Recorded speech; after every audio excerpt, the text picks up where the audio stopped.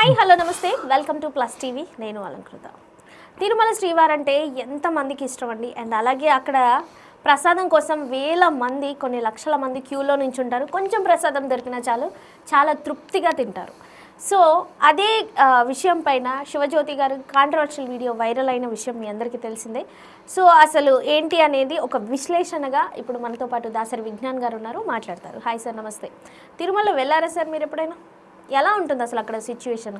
బాగానే ఉంటుంది సిచ్యువేషన్. దాన్ని ఎక్స్ప్లెయిన్ చేయాల్సి అంటే అందులో లైన్లో మళ్ళీ సారీ చెప్పినప్పుడు 10,000 క్యూ లైన్లో సంథింగ్ ఏదో నేను చూడన్నాము ఏవి మాట్లాడడం జరిగింది కాబట్టి ఏం లేదు. అవే మొత్తం ఒక వ్లాగ్ చేసింది. ఆ వ్లాగ్లో ఫస్ట్ నుంచి ఏదో ఒక ఫ్రీ ప్రసాదాలు నుంచి వాళ్ళ వ్లాగ్ స్టార్ట్ అయ్యి వచ్చింది. ఒకనొక స్టేజ్కి వచ్చిన తర్వాత వాళ్ళు లడ్డు ప్రసాదం తిన్నప్పుడు మేము కాస్ట్లీ పిచ్చగలం అనే పదం యూస్ చేసింది. వాళ్ళ బ్రదర్ ఉన్నాడు, వాళ్ళ హస్బెండ్, వీళ్ళంతా ఉన్నారు అక్కడ. సో హస్బెండ్ అయినా తను సోను అని ఇంకొక వేరే అతను వాళ్ళతో పాటు గంగూలీ కాదా, గంగూలీ వేరే దగ్గర నించున్నారు ఆయన. ఓకే, నాకు అనిపించిన వాళ్ళు, నాకు వాళ్ళ రిలేషన్ తెలియదు. సరే వాట్ ఎవర్. అక్కడికి వెళ్ళిన తర్వాత అలా నవ్వుకుంటూ వీడియో వచ్చింది. అది కాస్త బయటకు వచ్చిన తర్వాత ఆ వ్లాగ్ కంప్లీట్లో ఈ కట్ మాత్రం వైరల్ అయింది. తిరుమలలో కాస్ట్లీ పిచ్చగాలం లడ్డు ప్రసాదాన్ని అవమానించిన శివజ్యోతి ఇలా ఇలా ఇలా ఇలా తెలిసో తెలియకో కొంతమంది చేస్తారు. ఇప్పుడు గతంలో దువ్వెల మాదిరి అప్పుడు కూడా రీల్స్ చేయొద్దు అని చెప్పి వాళ్ళకి నోటీసులు ఇచ్చారు. ఇక్కడ రీల్స్ చేయకూడదు అని బోర్డు అప్పుడు పెడితే వాళ్ళు చేసేవాళ్ళు కాదేమో. తర్వాత వచ్చింది, పెట్టుంటారు ఈ పాటికి. నెక్స్ట్ ఇక్కడ ఇలాంటి మాట్లాడకూడదు, ఇలా చేయకూడదు, ఇన్స్టా రీల్స్లు గెంతులు ఇవన్నీ చేయకూడదు, ఇట్లాంటి రూల్స్ మీరు ఏమైనా పెడితే వాళ్ళు చేయకుండా ఉంటారు. ఎందుకంటే ఈ మధ్య అందరికీ ఉత్సాహం ఎక్కువ, ఈ ఫోన్లు ఎక్కువైన తర్వాత ఎక్కడికి వెళ్ళినా అన్నీ చూపించుకోవాలనుకుంటారు, అన్ని వ్లాగ్స్ చేసి అందులో పెట్టాలనుకుంటారు. వాళ్ళు ఉన్న అకామిడేషన్ కానీ, ఆ రూమ్స్, దర్శనమైన తీరు, షాపింగ్ చేసే తీరు, అన్నదాన ప్రసాదంకి వెళ్ళినప్పుడు అక్కడ తినే తీరు అన్నీ ఒక వ్లాగ్లో పెట్టేస్తారు. ఎలాగో తిరుమల దాకా వచ్చాం కదా అని చెప్పేసి ఊరికే రిటర్న్ వెళ్ళకుండా అటు కాణిపాకము, ఇటు కాణిపాకము, అటు శ్రీకాళహస్తి కూడా ఒక చూపు చూసి పోతారు. దగ్గరలో ఉంటాయి కాబట్టి అట్లా కంప్లీట్ టూరు అయిపోయింది అని ఒక ఆనందం. ఇప్పుడు ఆ వ్లాగ్స్ బయటకు వచ్చినప్పుడు మనం వెళ్ళే ఆధ్యాత్మికత టూర్లో మనం పెట్టే ప్రతి దాంట్లో ఆధ్యాత్మికతనే కనపడాలి.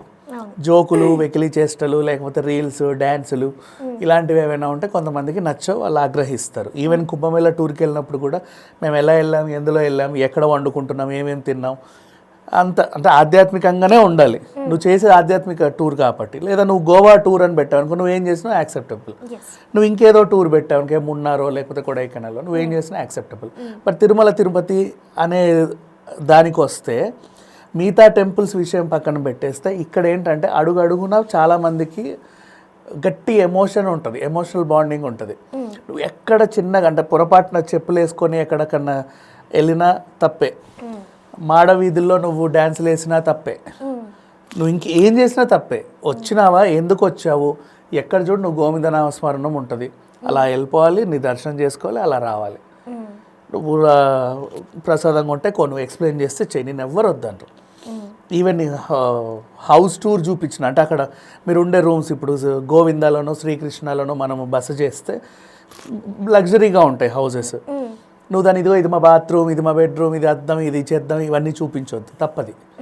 గోవింద శ్రీకృష్ణ హౌసెస్ అన్నీ అంత మంచి సెలబ్రిటీస్ ఉన్నప్పుడు అక్కడే ఉంటారు, బస చేస్తారు. బట్ తిరుమల పుణ్యక్షేత్రం కదా, నువ్వు ఆరేసిన టవళ్ళు, పిండేసిన నీ దుస్తులన్నీ చూపించొద్దు. బాత్రూంలో సబ్బులు, షాంపూలు, షుడ్ నాట్ డూ దట్. అవన్నీ కూడా చాలామంది దాన్ని వ్యతిరేకిస్తూ ఉంటారు. ఇకపోతే శివజ్యోతి తెలుసో తెలియకో చేసింది. నెక్స్ట్ ఇమీడియట్లీ చాలామంది హర్ట్ అవుతున్నారు కదా తన్ని ఫాలో అయ్యే వాళ్ళు కూడా అని చెప్పి సారీ కూడా చెప్పింది. ఇనఫ్, దాన్ని పెద్ద చేయాల్సిన అవసరం ఏం లేదు. నిజంగా చెప్తాను, తెలుసో తెలియకో చేసింది. ఆమెకు కూడా వెంకటేశ్వర స్వామి అంటే ఎంత ఇష్టమో ఆమెను ఫాలో అయ్యే వాళ్ళందరికీ తెలుసు. చాలా నమ్ముద్ది ఈ దేవుడు. ఇప్పుడు మనకి బ్రహ్మానందం గారి ఇంట్లో వెంకటేశ్వర స్వామి ఎలా ఉంటాడు, తనికెళ్ళ బన్నీ గారు శివుడిని ఎలా ఆరాధిస్తారు, ఇట్లా కొంతమంది మనకు తెలుసు కదా సెలబ్రిటీస్ అదే చాలా ఇష్టంగా రోజా వెంకటేశ్వర స్వామిని ఎంత ఇదిగా ఇస్తుంది. అట్లా వీళ్ళు కూడా శివజ్యోతి వాళ్ళు కూడా. అండ్ సమ్ టైమ్స్ తెలుసో తెలియకో పొరపాట్లు అవుతూ ఉంటాయి. మనిషి అంటేనే పొరపాట్లు చేస్తాడు. గ్రహాంతరవాసులు ఇంకెవరెవరో చేయరు, మనిషే చేస్తాడు. జంతువులు చేసినా అది పొరపాటు వాటికి తెలియదు పాపం, ఎవరో చెప్పాలి. కానీ మనిషికి చెప్పేవాడు ఉంటాడు కదా, పొరపాటు అని తెలిసిన తర్వాత ఒక ఇన్ఫ్లుయెన్సర్ లాగా ఉన్నప్పుడు రియలైజ్ అవుతారు. తను కూడా రియలైజ్ అయినా అయితే ఏంది తప్పేంది, నా ఇష్టం వచ్చినట్టు నేను అంటాను అనలేదు కదా. మరి దానికి ఇంకా ఇంకా ఇంకా ఇంకా అసలు ఏదో చేసింది, చాలా పెద్ద నేరం చేసింది.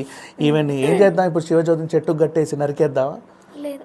మరి ఎందుకంత ఆవేశాలు? అక్కడ కాస్ట్లీ ప్రసాదం బిచ్చగలము, ఫస్ట్ టైం అన్నింది అన్నావు, మాటలు, క్షమాపణ కూడా చెప్పింది, అయిపోయింది కదమ్మా. ఇంకా దాన్ని ఇంకా వన్స్ పీపుల్ రియలైజ్డ్ అండ్ ఒకసారి సారీ చెప్పారంటే దాన్ని ఇంకా మనం పుల్ చేయొద్దు అంతే. ఇంకా ఇంకా పుల్ చేస్తామంటే ఏం కావాలి నీకు చెప్పు. అమ్మాయి సారీ చెప్పింది, ఇంకా ఏం చేయాలి? ఉరికమ్మ ఎక్కిద్దామా, మన చెట్టుకేసి కొడదామా, రాళ్ళేసి కొడదామా చెప్పు. అంటే ఎప్పుడు సాటిస్ఫై అవుతాడు వీడు, ఈ నెటిజన్ అనేవాడు?